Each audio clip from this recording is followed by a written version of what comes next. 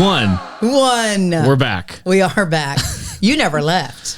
Well, yeah, that's you true. did. Yeah. No. Yeah. Hey, congratulations. Thank you. Yeah, I don't think I've even announced it on the podcast yet. I know. Well, we haven't even made a public post about it yet, which is fine. Oh, okay, so never mind. Forget I said it. Well, no. It's fine because I was telling people, individually, and I guess I didn't make it clear to one particular person that it wasn't public yet, and they made a public announcement. Not the photographer. No. It's my old pastor. He said something about it from the pulpit at church. From the pulpit. Yeah. And people are like, yeah. And I started getting text messages and I'm like, wait, how do they even know? Right. And then my dad texted me because he was watching the live stream. He was like, hey, your old pastor just told everybody from the pulpit. And I was like, great. Anyways, I'm getting married. Yay. I am engaged. She said yes. Yes. And it was the donuts. I think it was the donuts that did it. It was the donuts for sure. Yeah. You have to show them a picture.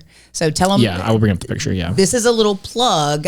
Since you and I have been working together, since I've known you, anytime we have work in Nashville, Tennessee, we always go by this place that is sinful. I mean, just filled with sin. I feel like, no, that's not true. They have a Bible verse on the box. They do. It's because I shouldn't be eating what they offer, but go ahead and plug them a little bit. Okay, so if you're ever in Nashville, or now they have a location in Atlanta. Wow. Five Daughters Doughnuts. Unreal. They are the best donuts. They're 100-layer croissant donuts. They come out with new flavors every single month. Crazy good. And they'll just blow your mind. It's hard to eat a whole one because they're very dense. Very rich. Yeah, and it's like $5-6 a donut, but it's totally worth it. Totally worth it. Yes. And every time we would go into Nashville, we'd actually have to drive a little bit. It's not right in downtown. It's in what area of Nashville? They have 3 locations in Nashville now. Okay. So, but the one we always went to is on 12 South. 12 South. That's my favorite one. Or if you want to go to Franklin and go to the factory, that's where they actually make all the donuts in the Tennessee area. Can you see like the 100 layers being formed and all that stuff? Yeah, so that they actually have like, have you ever been to Fitz's Root Beer in St. Louis? Yes. They literally just one big window, right? And you can watch the people making the donuts. It's really cool. There it is. Yeah. Love that. Yeah, so check it out if you're a donut fan. Yeah. They'll blow you away. You opened up the box because it's Lena's favorite donut. So the reason we're bringing that up is because it's Lena's favorite donuts ever. She loves the flavor. Tick, tick, tick, tick. Is it strawberry? Is it cream cheese? Is no. It's cream? maple glaze. Maple glaze. That's her favorite. And so I got her a few of those, and I got some different ones. But basically, and they have very colorful boxes. They have really good branding and everything. Beautiful. And so I had my friend Daniel. We all know Daniel. Yeah, Daniel Lopez. He's been on the show. He lives in Nashville now. He came to take photos for everything and help me set it all up and everything. But I had this whole donut box and I put the ring right in the middle. A rock, baby, just right in the middle. Yep. And then instead of opening up the little ring case, I opened up the whole donut box. How could she say no? Exactly. She couldn't. She couldn't. Because if she would have, I wouldn't have let her have the donuts. That's awesome. Yeah. You know what? You're like, no? Okay, really? Yeah. But no, I mean, look what we just did for you. That donut place, we're definitely going to tag them. Oh, for sure. So now everybody, if you want a guaranteed yes, you get down on one knee with a bright, colorful box and you just put the ring right in the middle. It worked. It worked for Lucas. Sure. Yeah. I mean, I didn't really think about this, but I could have put the ring inside the donut and when she was eating it. No. One of those weird ones. Swallows it and then you got to wait for her to. It's just not good. Not a good plan. No, because I've seen her devour one of those donuts. Like she'd be all about it. You have? No. I don't think see how convincing I am? Yeah. You're like, really? I was like, wait, where are you creeping around at?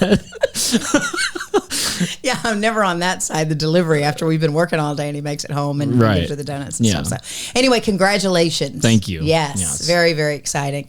Does that mean you're going to be off work for like a long time or okay, good. You'll be right back at work, right? Just tie the knot and go on your trip and get right back to it. Yeah, something like that. Okay. Yeah. Great. So at least 2.5 weeks you'll be gone or? Well, I'm going to be gone 2 weeks in July for a vacation that has nothing to do with our wedding. Rich people problems, I tell you what. Yeah, I don't say rich. Listen, so super proud of you. You've been doing some really cool stuff. We talk about it all the time here at Growing Media and Produce Perform. We get to make commercials. We get to make a TV show. You sometimes work with individuals doing really cool things like, what was it called? Tailgates and Tall Boys, or you were trackside at the Indianapolis or NASCAR, or where all have you been? Yeah, so this month I did 3 music festivals. First one was at NASCAR in St. Louis. Crazy. I can't remember the name of the raceway now.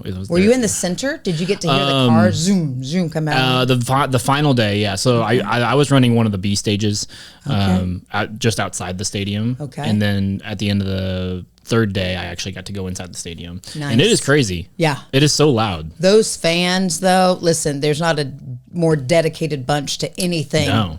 Like those folks. Yeah. Right? Yeah, and it was funny because the race got delayed like in 2 hours or something because of lightning. And people just stayed. They just stayed. Got even more drunk than they already were. So, let's bring up, this is MarketAbilities podcast. So how many different advertisers did you notice? Whether it was on the car, on the bathroom, on those places where they're getting intoxicated while they're waiting for the race? Yeah, I mean, we even had to set up banners on our stage for advertisements. People bought the stage, underwriting there. That's smart. Yeah. So, I mean, look, you don't know that it'll make an impact, but when you've got a large group of people there like that, and all eyes are on the stage or all eyes are on a particular car, why wouldn't you put your logo there? Yeah, exactly. It makes sense. Yeah, and I mean, it's even what blew me away is on the main race day, the car, because there were truck races and others, and all the preliminary stuff. On the main day, they actually had a Sunday service on the stage that I was running. I love that. And I mean, there were hundreds of people there. I love that. At 8 a.m. Get them where and you the can, race doesn't start until like 3 p.m. or something. That's right. Yeah, that's right. I love that. Who preached that? Do you know? I can't remember his name. He was a pastor in Collinsville. Okay. Yeah. That's so cool. I love it. I've noticed that.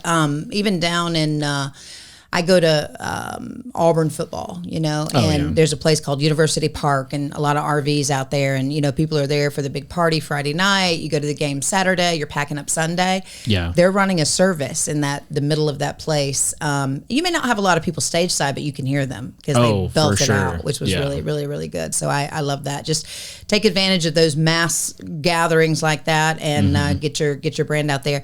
So is Kane Brown really cool? Did you get to hang out with him? I did not get to hang out with him. I couldn't even get close to him. What? Yeah, I tried. Was it? And his wife was there. Yeah. Yeah. Yeah, she's a great singer too. It's crazy. Yeah. You didn't even kind of annoying. Is it? Yeah, because they're it's so good. Because they're too good. Yeah. Cute little kids. Darn them, right? Yeah. So who was the biggest name in your opinion there that you got to see? Maybe over all the festivals. Who did you enjoy seeing most? Oh, who did I enjoy the most? Probably Kane Brown. Okay. I actually, because I'm not a big country fan. Right. But he was actually really good. He kind of crosses all genres. He's not one of those performers where it's like, someone doctors it in the studio. He's just that good all the time. He is so good. But Nickelback was also there. Yeah. And I'm not a huge Nickelback fan, but it's cool. I got to see Nickelback and they're just such a big deal. No doubt. That's so cool. Yeah. So we had just previously the week before covered the CMA Fest, and the spiel went this time. That's a TV show that we produce at Growing Media. We went as spectators. Very different way to watch everything. We're not going backstage. We're sitting right out there with you. Fans, again, just nutbags. They will be there through thick and thin, sit there for 5.5 hours to wait for their group to come out. We're still waiting to determine what happened the last night with Eric Church. So we heard 2 stories, and maybe people will write in or call us and tell us what happened. But so apparently he either maybe had a little too much fun earlier in the evening and his bodyguard says you need to come off. But he did 6 songs. People said he seemed a little slow, but nothing too noticeable. But dude, the other speculation was that too many people started leaving because he was that end act. The problem is when he was pulled from the stage, that's where your 2 surprise guests were that night. Morgan Wallen and there was another group backstage. They never got to come out because he didn't finish his set. Everybody booed the last night. I didn't even know this happened. Yeah, it wasn't good. I need to find out who that other, because they were very notable. Kind of like you and Lena's favorite donut, just completely. Yeah, I can't remember. Anyway, it would have been one of those moments when people were like, oh, no way, man. Earlier in the night, I think Alabama appeared. Nobody knew they were coming. Whoa. Man. That's cool. Yeah. They're, They're definitely granddads now. Older guys. I bet they Yeah, they're gray. Randy ain't even trying to cover it up. He's just going gray. But it's a cool fest, and a lot of really neat ways to advertise there. You see a lot of products being given away just to get people to sample it. And it is insane the money they're charging in these places, like for a drink, right?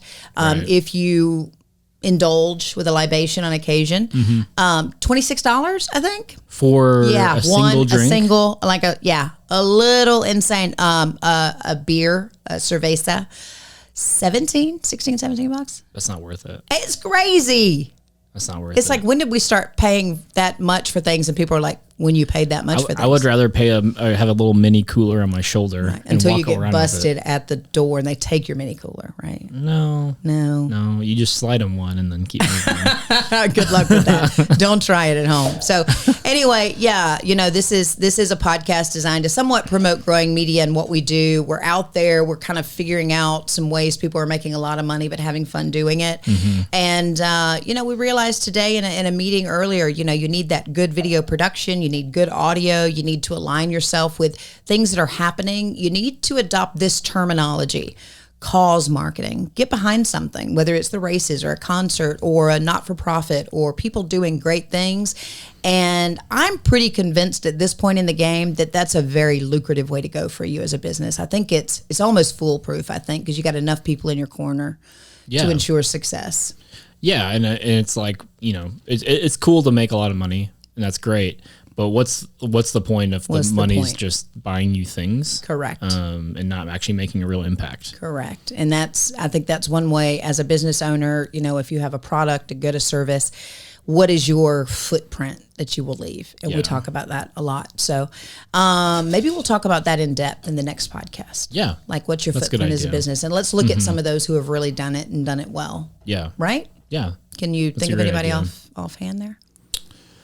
Ooh, not like immediately, but I always feel like there's I don't know. There's always an entrepreneur that I feel like that they've either started their own or they just really pushed into someone else's and been like, hey, I'm going to give a lot of money to this. Yeah. One of those that comes to my mind, strangely, Tom's, the shoes. Oh, yeah. Right? When you buy a pair, they donate a pair to someone without shoes. Yeah. I mean, that to me. And the shoes that they donate are way nicer than the ones they're buying. Really? Where did you learn that?